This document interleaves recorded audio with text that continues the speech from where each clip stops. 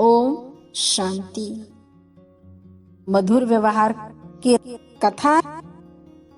एक राजा ने सपने में देखा, उससे एक परोपकारी साधु कह रहा था कि बेटा, कल रात को तुम्हें एक विषैला सांप काटेगा और उसके काटने से तुम्हारी मृत्यु हो जाएगी। वह सर्प अमुक पेड़ की जड़ में रहता है।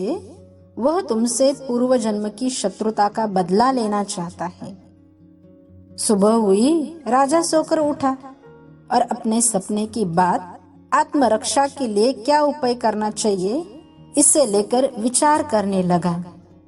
सोचते सोचते राजा इस निर्णय पर पहुंचा कि मधुर व्यवहार से बढ़कर शत्रु को जीतने वाला और कोई हथियार इस पृथ्वी पर नहीं है।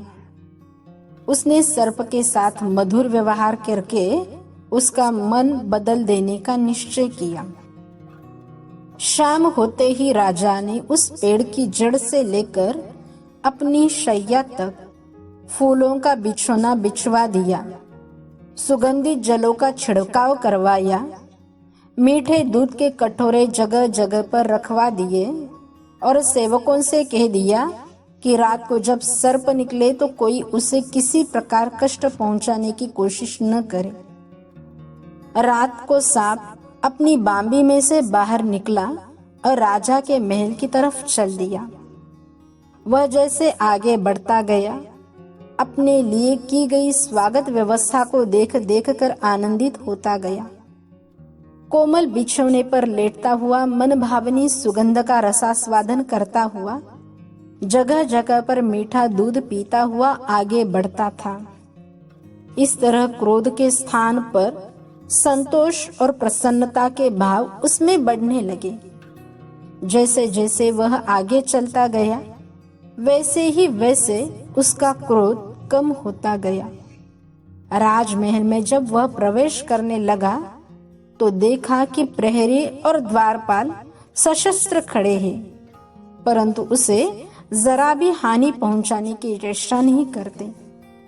यह असाधारण सी लगने वाले दृश्य देखकर सांप के मन में स्नेह उमड़ आया। सद्व्यवहार, नम्रता, मधुरता के जादू ने उसे मंत्रमुग्ध कर लिया था। कहा वह राजा को काटने चला था, परंतु अब उसके लिए अपना कार्य असंभव हो गया। हानि पहुंचाने के लिए आने वाले शत्रु के साथ जिसका ऐसा मधुर व्यवहार है, उस धर्मात्मा राजा को काटूं तो किस प्रकार काटूं? यह प्रश्न के चलते वह दुविधा में पड़ गया। राजा के पलंग तक जाने तक सांप का निश्चय पूरी तरह से बदल गया।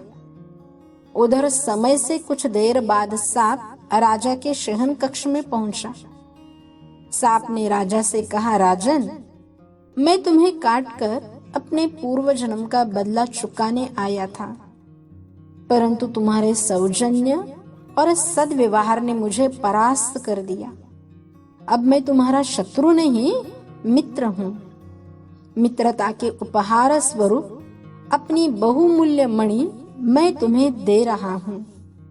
लो, इसे अपने पास रखो। इतना कहकर और मणि राजा के सामने रखकर सांप चला गया।